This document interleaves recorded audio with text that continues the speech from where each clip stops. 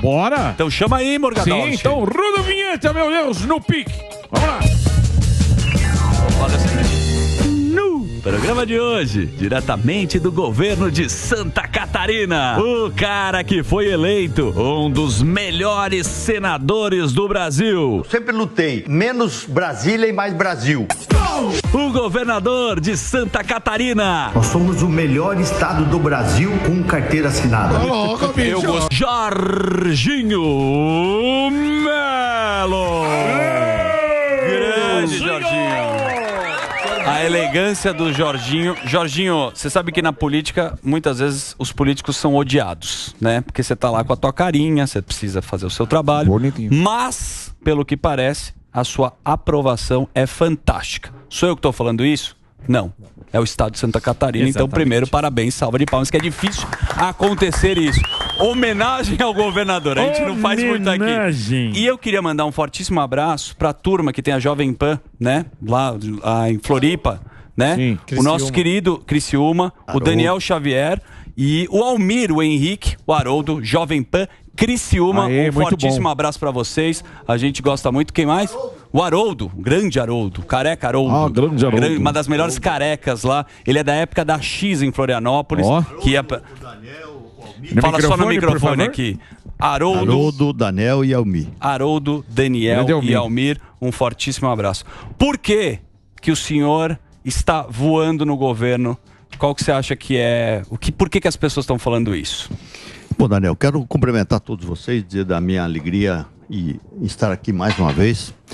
Eu estou na política há 30 anos. Certo. E eu sempre falo, eu tenho coragem de dizer que eu tenho muito orgulho em ser político. Tenho uma vida regrada, nunca perdi uma eleição, de vereador a governador.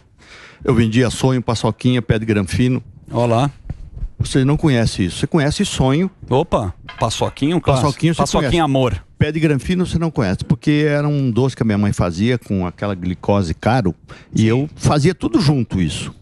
Vendia tudo isso. 7 irmãos pobres com dificuldades.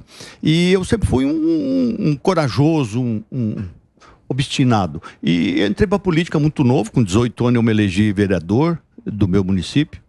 E depois dei uma paradinha porque meu pai ficou doente, aquela coisa toda, acabou ficando acamado. E depois voltei para a política. Em 94 me elegi deputado estadual. Fiz 4 mandatos, depois fiz mais 2 mandatos de deputado federal, depois me elegi senador e agora, em 2022, senador e governador de Santa Catarina. Com muito orgulho. É um estado que o Brasil conhece. Muito. Um estado que tem... É o último que entra numa crise, o primeiro que sai. Pela qualidade do seu povo, a mistura de Santa Catarina deu certo. Lá tem russo, lá tem alemão, tem italiano, tem... Povo bem bacana. Caboclo, enfim. Um estado pequeno, tem 1% do território nacional, mas um estado gigante. Um estado que produz, nós somos, o que nós produzimos de frango, nós produzimos de suíno, o que nós produzimos no agronegócio, é muito forte. Floripa não é a capital e não é a maior cidade é Joinville.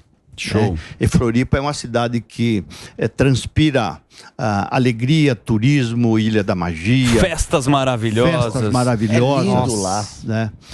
Então eu devo essa minha eleição a uma vida de trabalho, né? E eu fiz um plano de governo combinado com as pessoas e eu estou cumprindo a risca.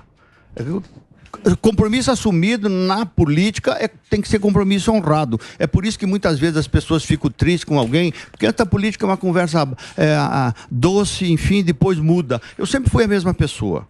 É sincero, direto, humilde, corajoso. Então, isso deu certo, né? Eu tenho muito prazer em sair na rua, as pessoas... Reconhecerem, Reconhecer, né? Aquela coisa toda. Então, isso é o pagamento do político. Boa. Então, é por isso que o estado de Santa Catarina, agora, em competitividade, nós somos o primeiro do Brasil. O primeiro é São Ele Paulo. trouxe a informação. Mas nós somos o segundo. Competitividade. Porque é um estado bravo, é um estado que não se entrega. Né? É menos estado, governador? É menos estado. E a gente está fazendo de tudo, porque no Brasil seguinte, é Brasília e vem aos farelinhos para os estados. Sim. Isso se perde muito tempo, Sim. se perde muito dinheiro, aumenta a corrupção, né? Então, eu sempre defendi, como deputado, como senador e como governador agora, diminui a força de Brasília.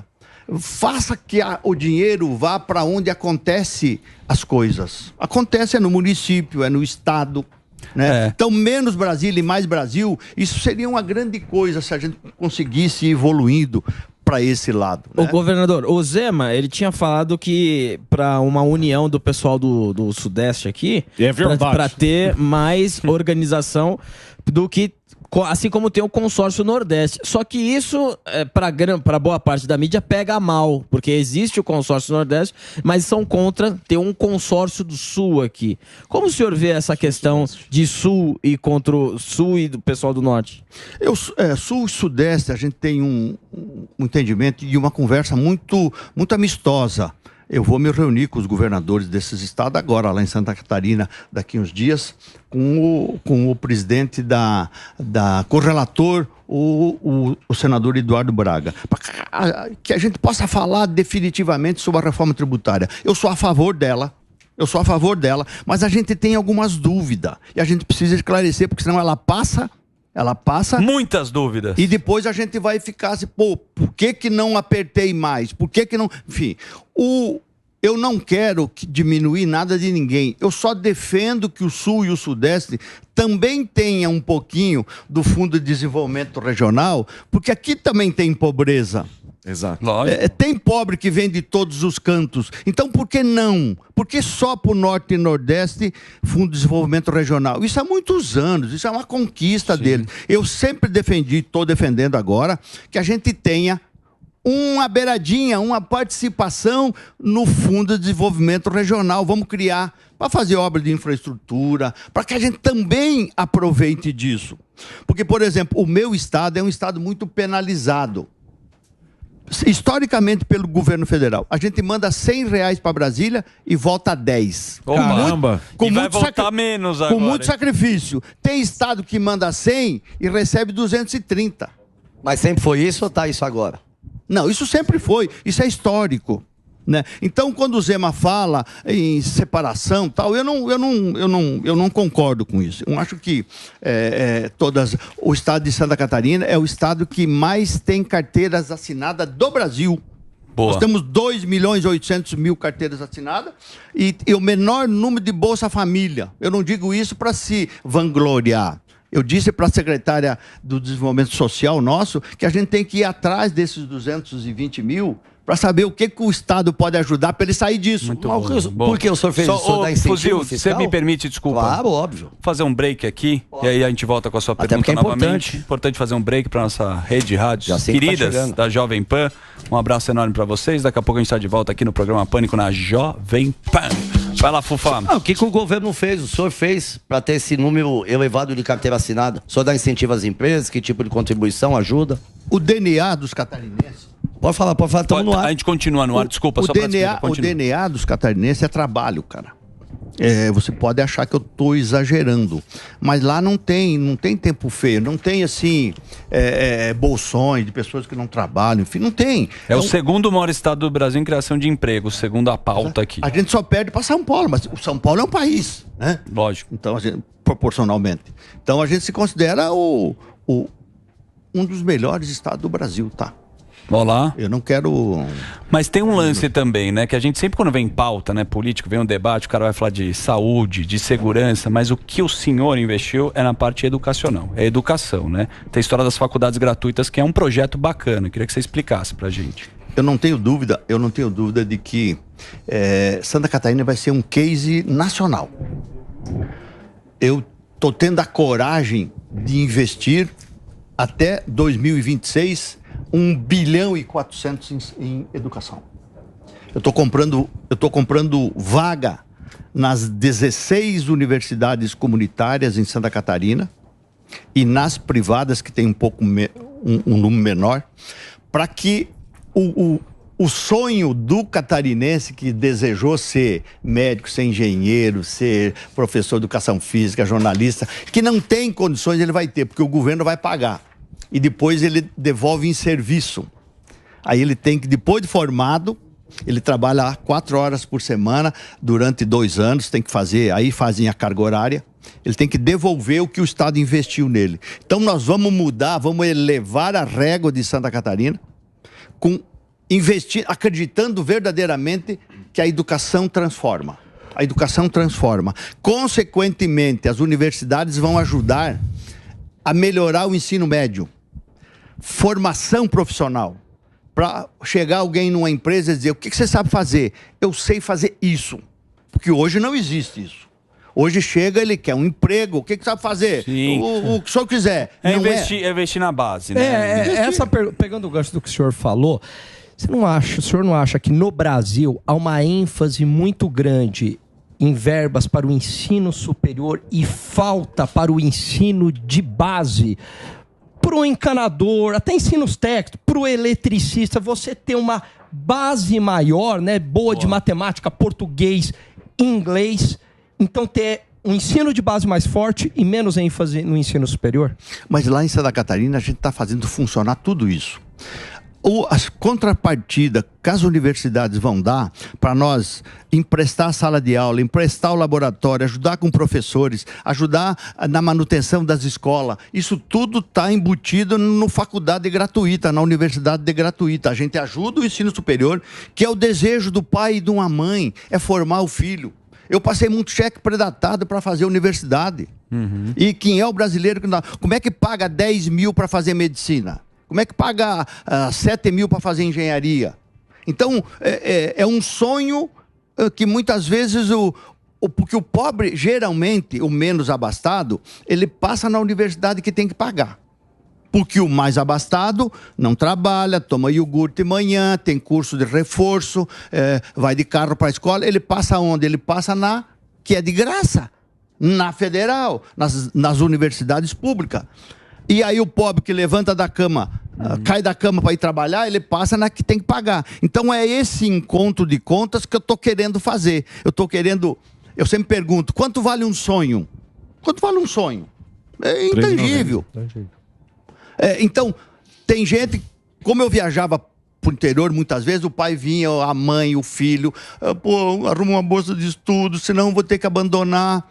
A menina passa em medicina, chega em casa, conta pra mãe, a mãe diz, não tem o dinheiro não dá, filha, tem que arrumar outro cursinho que a gente possa pagar. O pai ganha 4 contos e tem 3, 4 irmãos para sustentar.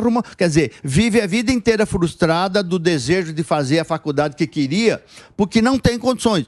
Santa Catarina vai ter condições. Tem que morar lá mais de 5 anos. Tem uma série de critérios. Tem as regras, né? Tem as regras. Ô, Jorginho, uma coisa que passou meio batida aí, que a turma acabou mudando de assunto, eu queria voltar, que você fala que nem o Mano Brown. Você falou um bagulho polêmico aí. Você falou um bagulho polêmico. que ele mandou, não, que você falou que você não concorda do Zema separatista... Não. Porque o senhor meio colocou assim, eu não concordo separatismo, mas ele nunca falou. Foi fora do contexto. Dessa, né? Não, o Zema não falou isso. Sim. Ele nunca falou isso. Eu me dou com o Zema. O senhor colocou aí... Não, o pessoal quis fazer com que ele estava estamos de volta na programação da Jovem Pan. A discussão nosso querido Mano Brownie está puxando a fala do Jorginho. O que aconteceu aqui para a turma que voltou? Que o senhor colocou, não concordo com o separatismo, essas coisas, parece que corroborando o que a imprensa tem falado. E eu queria puxar esse gancho. O senhor acha que a imprensa que está colocando essa pecha no Zema de como se fosse um cara querendo separar o Sul e o Sudeste do Brasil, isso aí tendo em vista que ele pode ser um ótimo nome para 2026 e por isso eles estão querendo já queimar a cara do Zema lá no Nordeste por conta disso ou não? O Zema, eu aprendi a conviver com ele. É um sujeito extraordinário. Ele foi mal interpretado. Sim. Ele não quis dizer que tem que separar. Exato. Que o Norte e Nordeste para lá e Sul para cá, porque produz, porque gera emprego, que dá renda. Não foi isso. Eu nunca defendi, o que eu disse na hora, eu nunca defendi separatismo em lugar nenhum. E ele não teve isso. Pintaram que ele estava querendo segregar, separar, primeira classe, segunda classe. Isso não é verdade. Isso é para você acredita que isso é uma narrativa para sem dúvida, é uma narrativa que inventaram para talvez dar um chega para lá nele, que ele é um dos candidatos a presidente da República, pelo menos ele me disse, ele, Tarcísio, enfim. Sim. Então, mas eu agradeço as palavras, Jorginho, e faço minhas suas palavras. Tenho muito apreço pela sua pessoa. E no nosso encontro vou levar o queijinho e a cachaçinha de Minas pra você. A cachaça do Zema é maravilhosa. Cachaça de 300 anos. Isso aí. Deixa eu te falar uma coisa. Quando o Bolsonaro deu a última entrevista aqui, e ele tava falando sobre presidente, né, pra presidência, ele tava citando assim, se eu fosse o Zema ou o Tarcísio, eu não falaria absolutamente nada, porque possivelmente vão queimá-los. Mas essa é a estratégia de ficar pianinho. Você que está com essa popularidade, como é que você enxerga? Você também está quietinho ou continua como governador? A presidência já coçou um pouco a sua belíssima careca, meu querido? Ai, que susto! Com todo respeito, Jorginho. Eu sou um ser político, entendeu? Faço política por paixão. Entendo que a política, quem não gosta de política é comandado por quem gosta. A política tem que ser séria, cada vez mais séria, mais verdadeira. Enfim, eu quero cumprir a minha missão de governador, porque foi o meu grande sonho ser governador do meu estado que eu amo. Né? E o mundo conspira, né? Hoje a política está assim, amanhã está assado, depois muda. Nuvem. Enfim, nuvens que você tem que acompanhar. Então, ficar pianinho, muitas vezes na política não é inteligente você contar o que quer fazer na frente. Sim. Boa. Mostrar o que tá fazendo hoje, te derrubar, né? Mostra o que tu tá fazendo. Exato. Só pensa porque quando você conta, você já bota um alvo nas costas. Você alguém já vai despertar alguém que é contra você e ele já vai arrumar algo para te puxar. É uma disputa, né? É uma disputa. É um jogo, disputa. As pessoas então não conta. Trabalha para ser, mas não conta. Espera lá na hora para que isso seja revelado. Boa. Ô, governador, no começo você falou que tem muito mais Brasília e menos os outros estados. O senhor seria a favor de um federalismo parecido com o americano, onde o estado ele tem uma autonomia maior, inclusive de colocar suas próprias leis? Você acha que é uma ideia de tirar um pouco Brasília e deixar os estados com mais autonomia? Seria Claro, isso nós teríamos que amadurecer um pouco, porque o Brasil, a própria legislação tributária é um inferno, é um manicômio tributário. É por isso que a gente tem esse emaranhado e mistura Estado com município, com a União, enfim. Eu entendo que o Brasil poderia avançar para isso. Estados ter a sua governança, fazer determinados tipos de lei, como é que vai ser a arrecadação, como é que é a isenção fiscal, como é que é o incentivo fiscal. Eu acho que poderia o sistema educacional e o governo ficaria com um grande sistema, o governo Brasília, porque há uma concentração brutal em Brasília, isso há muitos anos. O poder está lá, a grana está lá. Você tem que estar com o Pires na mão, o prefeito bate no gabinete do deputado, o deputado bate no ministério dia e noite para arrumar dinheiro. Enfim, então, quando a coisa é muito grande, e o Brasil é grande, é um Brasilzão, tem muitas diferenças, norte, nordeste, sul, sudeste, tem. Então, nós do sul, às vezes a gente é incompreendido, porque em Brasília, se sobrar uma caneca de água, ninguém vai lembrar. O estado é rico, não ninguém precisa. Vai lembrar de Santa Catarina, porque eles dizem assim, pô, Jorginho, você tá bem lá, pô. Não precisa de nada. Tá em Jurerê Internacional. Entendeu? E nós precisamos, todo o estado precisa, né? É bem difícil. Mas seu relacionamento com o atual presidente tá como? O senhor já expôs isso sobre a caneca, também quer um pedacinho. Como que tá o senhor e o presidente Luiz Inácio? Eu não tive a oportunidade de falar com o presidente. Eu fui a Brasília, depois... Gostaria, obviamente. Depois que passou... Se for convidado, eu tenho que tratar... Eu sou, de forma republicana, eu tenho que me relacionar com quem é presidente do Brasil. Né? Eu tenho tratado com algum ministro, sobre assuntos de Santa Catarina, a ministra da Saúde tem atendido, a secretária da Saúde, sobre pandemia, sobre dengue, sobre hospitais, aquela coisa toda. Obras, o ministro foi a Santa Catarina para terminar as estradas federais, as BRs, que vai a conta-gota. Isso, o Estado é prejudicado há muitos anos com isso. Enfim, então eu não vou me negar a falar com quem quer que seja para defender os interesses de Santa Catarina. Santa Catarina é muito importante para o governo federal também. Opa, recado. Pelo que nós representamos, entendeu? Então, o relacionamento deve ser respeitoso. Quem ganha, cuida da taça, se não perde na outra. Sim, mas você faz parte da oposição, né? O seu pensamento faz parte da oposição. Faz parte. Mas só que a gente vê uma oposição assim, bem oprimida. Não oprimida só por interesses, né? Quando é para votar, vota super rápido. Quando as emendas são liberadas, tem muito dinheiro, tem esses acordos. Tem oposição ou tem interesses aqui? Interesses econômicos? O que acontece lá em Brasília que a gente não consegue enxergar? Tem oposição. O nosso partido, o PL, tem 99 deputados federais e deputadas, uma bancada boa no Senado, e nós somos oposição. Tem que o povo escolher quem vai ser governo e quem vai ser oposição, quem ganha e quem perde. Agora, você não pode fazer uma oposição burra, e isso eu sempre defendi. O que é oposição burra? É votar tudo contra. Ser contra porque ser contra. Tá. Isso é oposição burra. Você tem que ter... Por isso que você tem que falar, você tem que legislar, você tem que participar, você tem que saber o que você está votando, o que é bom para o teu país, o que é bom para o Estado. É para isso que você foi eleito, você não foi lá para dizer sim, não, sim, não. Então bota um computador lá. Então, oposição burra eu nunca fui, porque não leva a lugar nenhum. Ser contra, porque ser contra, você tem que ser contra aquilo que tem argumento e você justifique por que é contra. Mas tem coisas que é impossível com o governo submeta a matéria, só que machuque você, o teu Estado, perder receita com outro partido.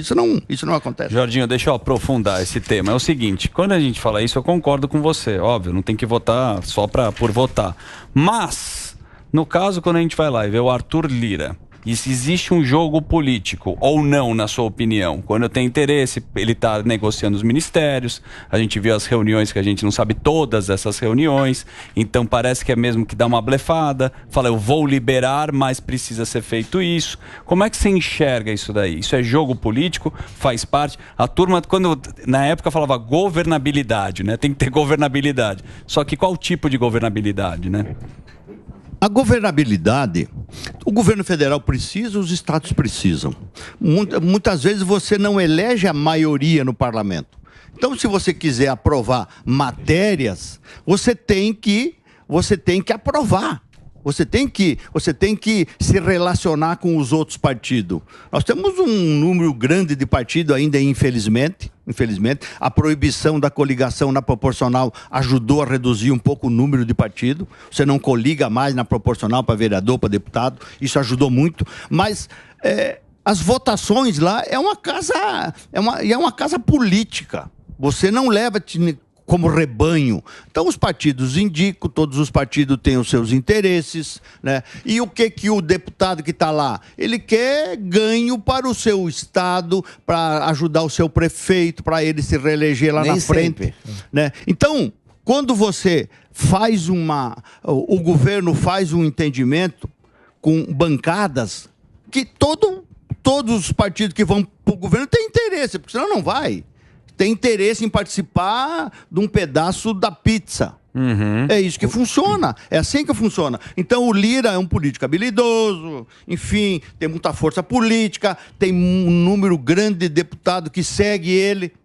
Ele orienta, esse aqui nós aprova, esse aqui nós não aprova. Ele construiu isso. Ele é um político hoje que influencia, ele faz opinião. Então, esse relacionamento de participação, vota, libera as emendas, emenda de bancada. Antes era emenda secreta. Engraçado, agora não é mais, agora é emenda de bancada. Sim. Conforme muda o negócio, muda o apelido. O nome, enfim. Governador, pegando um gancho no que o Daniel falou, o Lira aprovou essa reforma tributária de uma maneira acachapante. Um tratoraço. Me deu a impressão que muitos deputados nem sabiam no que eles estavam votando. E é uma reforma que vai contra a pauta liberal conservadora, quebra o pacto federativo e provavelmente vem com um aumento da carga tributária. Não foi um contrassenso, inclusive, de parlamentares, deputados do PL terem votado a favor da reforma? Isso é muito difícil você controlar uma bancada desse tamanho.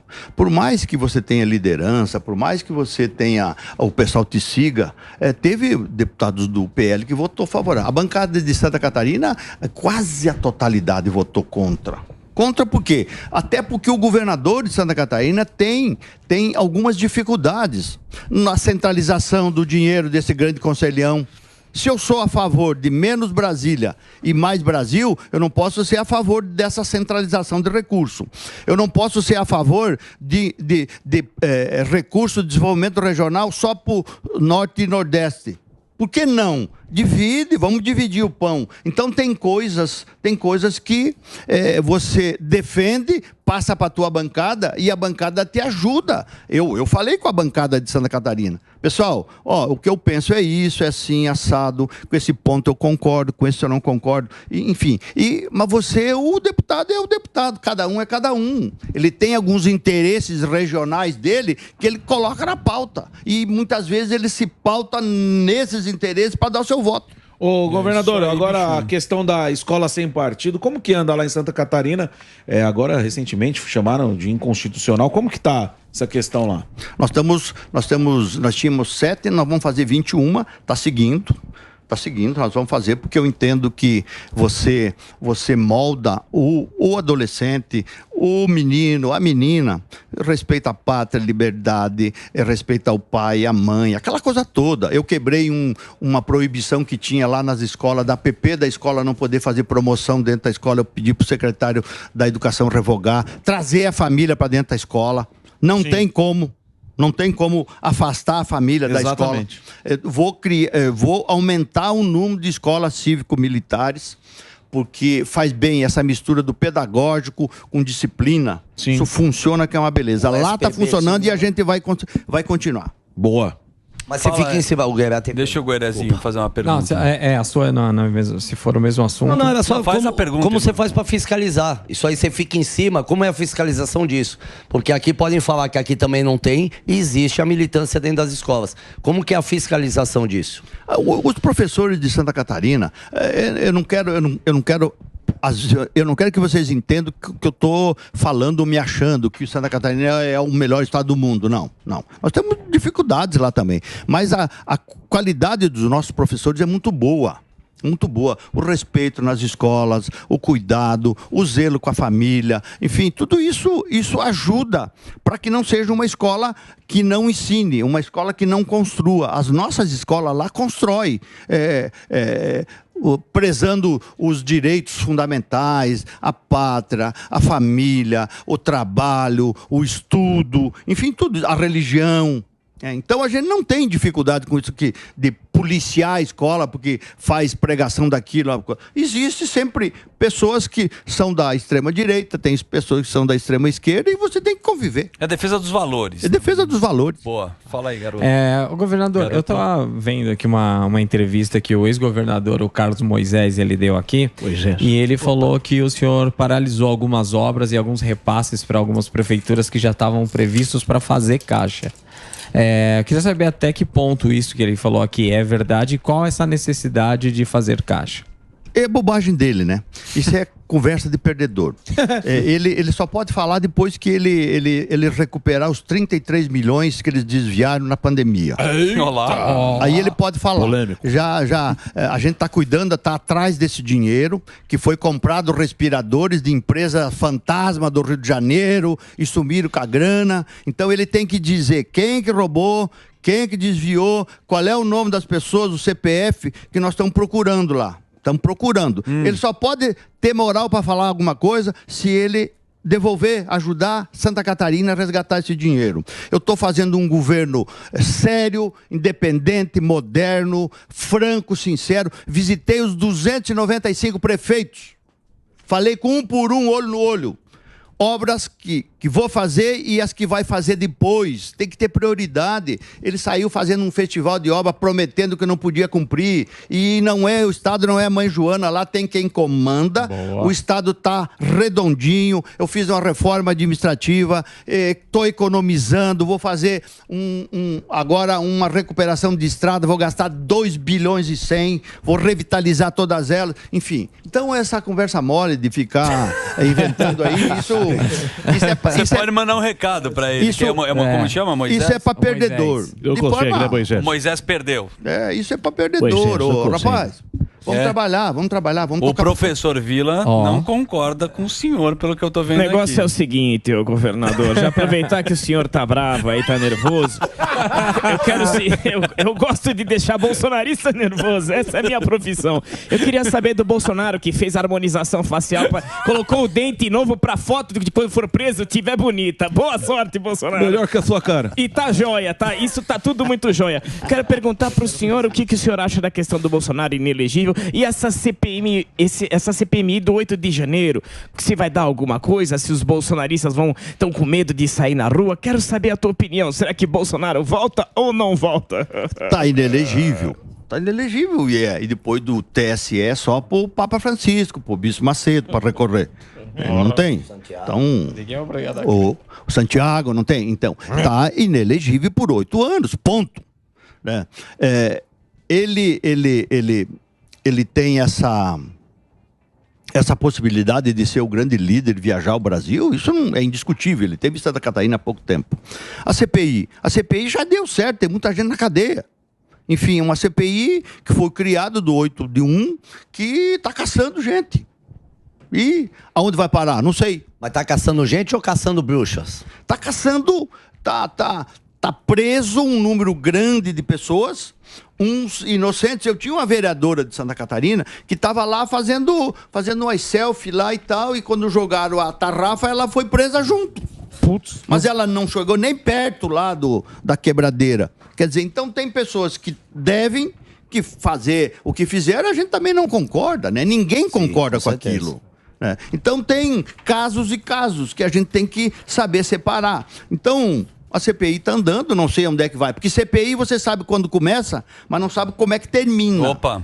Porque no caminho vai acontecendo casos e fatos que complicam. E acaba virando palanque para os dois lados, né? Eu participei da CPI da pandemia, do Covid, e a gente viu como começou e você viu como terminou. Então é assim.